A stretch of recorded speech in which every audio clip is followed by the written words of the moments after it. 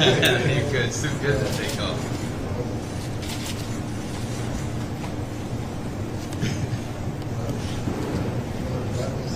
Yeah, you're good. I like that. Yeah.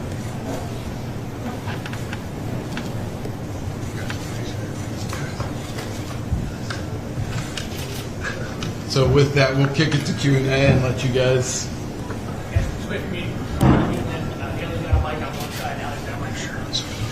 Start your Jim Hill, right?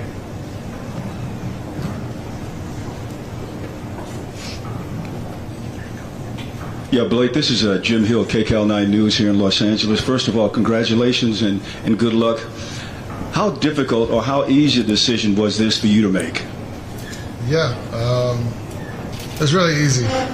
Just because me and Haley wanted to live here. It's something we've been talking about for a while. And then you look at the team, you look at what they've built, what they're doing. It's just something you want to be a part of. I mean, look at the first three hitters in the lineup. It's tough to go against. So to be on the other side, know that they're going to be, hitting for me. Yeah, pretty exciting.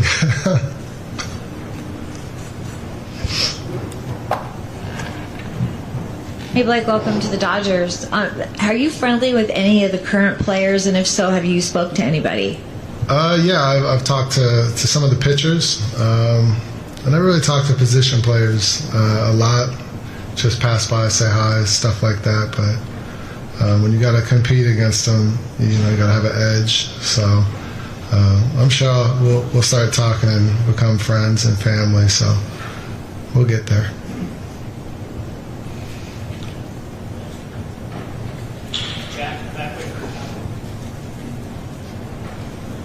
Andrew, you guys obviously spent a lot last winter. You win the World Series. Like, how much does the idea of trying to repeat, trying to cement a dynasty, like all that narrative stuff, kind of factor in to decisions like this? And like you talked about with Blake specifically, what kind of made him a key piece as you guys look towards next year to trying to win again?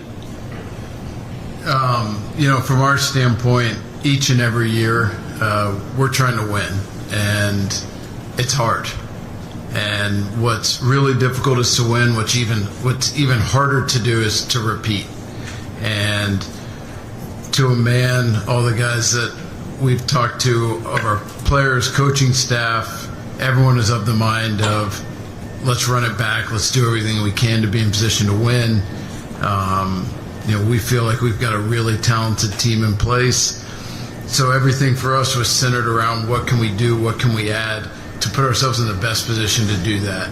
We've talked about from a big picture standpoint, a goal being that we want to look back on this period of time as the golden era of Dodgers baseball. That's a high bar, and for us to continue to do everything we can to win is really important. And adding someone with Blake's ability to compete, what he'll bring to our staff, we felt like was an incredibly impactful move in that.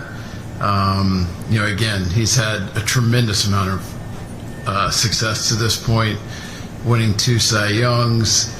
But again, we feel like there's potentially even more in there, which is not often something you can say with a guy that's had the success that he's had. We spent time a couple weeks ago meeting with Blake and Scott and just talking through things, and just the continued maturation, the continued development, his strong desire to win and to be great, and how well that fits in within our culture. We felt like this was a perfect match in a lot of ways, and we're excited to get to work with him and work together and try to win as many games as we can.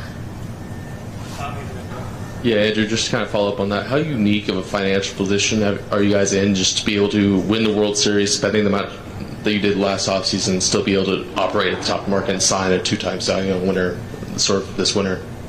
Yeah, I mean, as long as I've been here, now going into year 11, the commitment from our ownership group to do everything we can to win has been there time and time again. Last offseason, very clear direction. Let's continue with what we've built. Let's be aggressive, and that message has continued. And it's easy for people to say, and I think you can go back and look at the demonstrated commitment that our ownership group has made and is going to continue to make for us to do everything we can to win as many championships as we possibly can.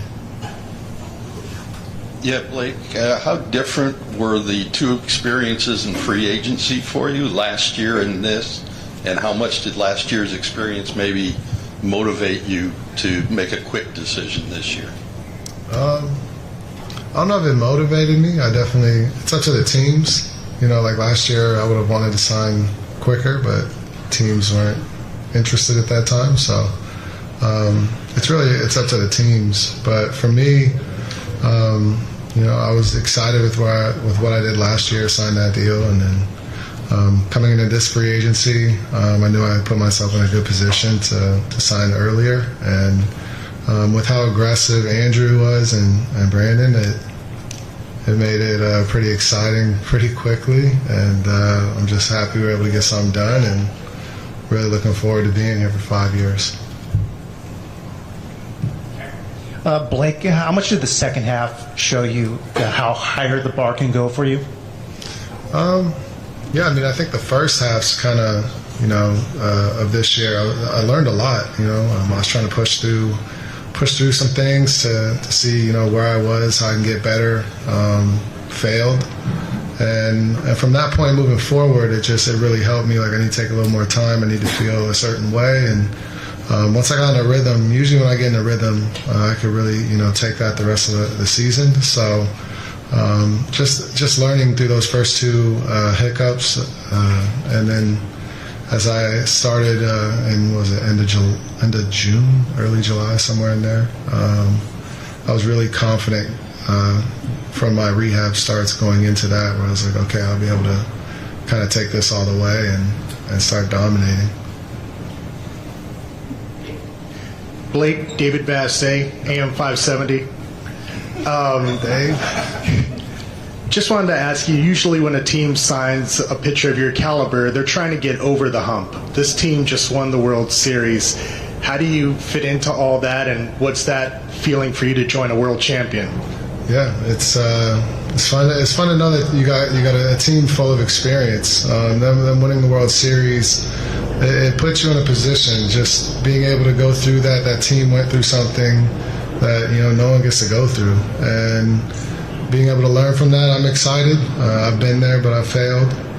They've been there and they succeeded. So being able to see what that's like, hear it from them, and then also, hopefully help them with just the hunger of wanting to do this every year, win World Series after World Series. That's why we all play. That's what makes the off season worth it, is to get to the playoffs. That's what makes the whole season worth it. So for me, pushing forward, it's just do what I can do to help the team win World Series, to get to positions to just get to the playoffs. That's hard by itself too. So I'll be looking forward to it.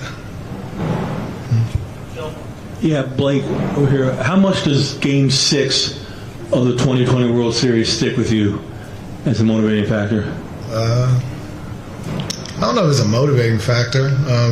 It was a moment in my life that I'm very appreciative of, and everything happened for a reason. Now to be on the flip side, I'm beyond excited.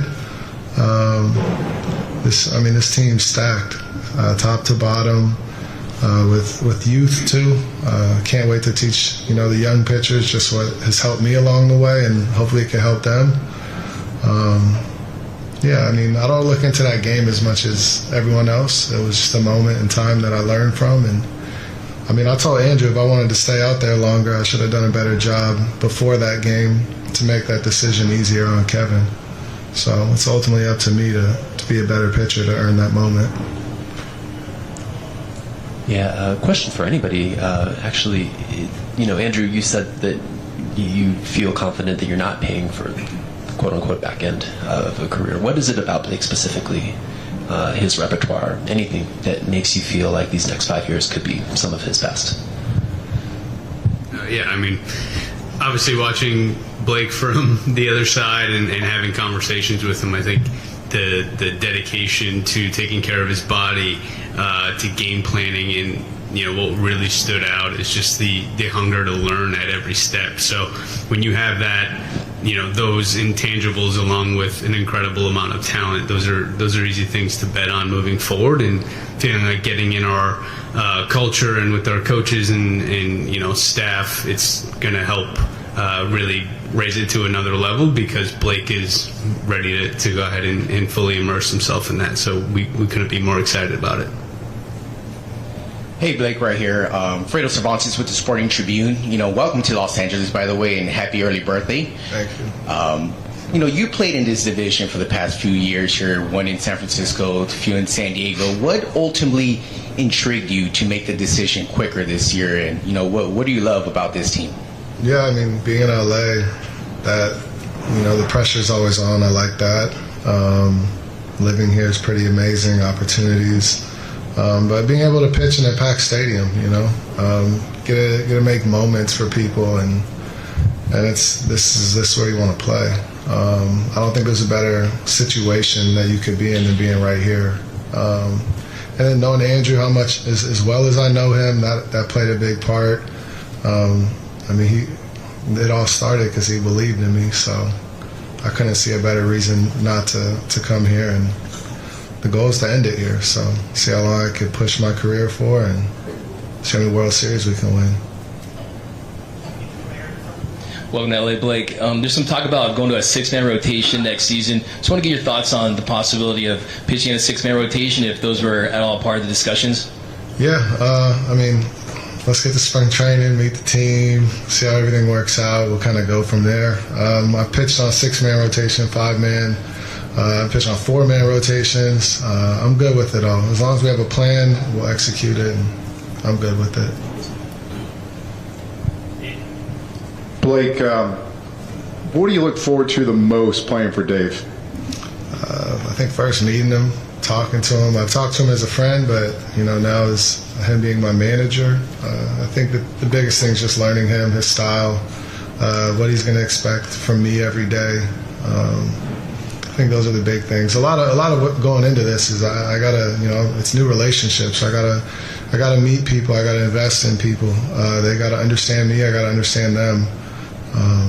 That's kind of how I'm gonna get the best version of me here. So spring training, even leading up to spring training, it's really understanding people, investing into people, them investing into me, and then from there we'll figure out, what the season's going to be like, all that. Right now I'm just going to get ready for spring, be the best version of me going into that, and then from there, kind of learn my way as time takes. Blake, welcome to LA. Thank you. Having Shohei Ohtani in this team, how much of that motivated you? It helps with him in the lineup for sure, yeah. That's big motivation. I just think the team in general, though, the team's so good, it's sound, they enjoy playing the game together. It makes you want to be a part of that and help. But with Shohei, the name, everything he's done in his career, it's amazing, and you want to be around players like that when you're trying to be one of the best in the game. So played a big part. Yeah, Blake, what made you want to defer money in your contract? And as a player, as you're sort of evaluating present money versus maybe later down the line, what are some of the things that you're kind of evaluating in that process? I think it's just how it all played out. It just played out the way that people around me felt comfortable with, I felt comfortable with, they felt comfortable with. We talked, found something that could work for both of us, and it's kind of how we went with it. But yeah, I'm more focused on playing than money. The money is, you want your worth, you want your respect, and you want amount of time to where you can really, make a name for yourself. I've made a name for myself, outside of LA, but I'm going to be invested to make one in it.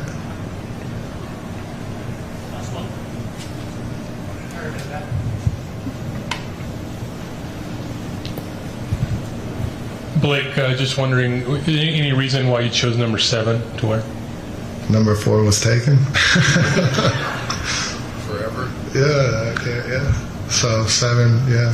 I wore it last year. I liked it. So, yeah. Perfect. Thank you. Yes. Teoscar Hernandez and the Dodgers silence. Will he stay? Hey there, Dodgers Nation. The offseason is heating up, and the big question right now is this. What are the Dodgers waiting for to lock in one of last year's most impactful players? While the free agency market revolves around the superstar Juan Soto, another name that could make all the difference seems to be taking a back seat, Teoscar Hernandez. But hold on, fans. Before we dive into the details, let me ask you, would you rather see the Dodgers spend big on Soto or secure Hernandez now to keep a strong foundation in the outfield? Drop your thoughts in the comments and share this video with fellow fans, because this discussion is going to get intense. The waiting game, smart strategy, or a big risk? Here's the thing, the Dodgers' silence on Hernandez has some fans worried, but there's a reason behind it. With Soto on the market, timing is everything. Hernández and Anthony Santander, two of the top corner outfielders available after Soto, are holding off to see how things shake out once the $600 million superstar makes his move. For the Dodgers, now might be the time to act and lock Hernández in, especially with the potential of losing two key outfielders in 2025. But according to insiders, a reunion between the Dodgers and Hernández still feels likely, regardless of what happens with Soto. After an incredible 2024 season, Hernández seems tailor-made to stay in Dodger blue. But what if it doesn't happen? Don't worry, Hernández won't be short on options. Ken Rosenthal recently suggested that a return to the Toronto Blue Jays, where he started his breakout career, could also make a lot of sense. Toronto, which traded Hernández to the Mariners, might be eager to bring him back, especially if they lose out on Soto. Rosenthal even noted that signing Hernández could be pivotal in helping the Jays keep Vladimir Guerrero Jr. in Toronto when his free agency rolls around. Why Hernández matters to the Dodgers? With Soto stealing all the attention, the Dodgers need to be careful not to let a proven, reliable piece like Hernández slip away. His 2024 season was phenomenal, and let's not forget, Seattle's T-Mobile Park isn't exactly hitter-friendly. Just imagine what he could do with another year at Dodger Stadium. Meanwhile, teams like the Red Sox, Orioles, and Yankees have already shown interest in Hernández, should they miss out on Soto. In other words, the competition for him will only get tougher. If the Dodgers wait too long, they could see him sign elsewhere, maybe even with a direct rival. Now it's your turn, Dodgers Nation. So, what do you think? Should the Dodgers go all in on Juan Soto or secure Teoscar Hernandez before other teams swoop in? Leave your thoughts in the comments, share this video with your fellow fans, and don't forget to subscribe to the channel so you don't miss a single move in this electrifying offseason. Go Dodgers!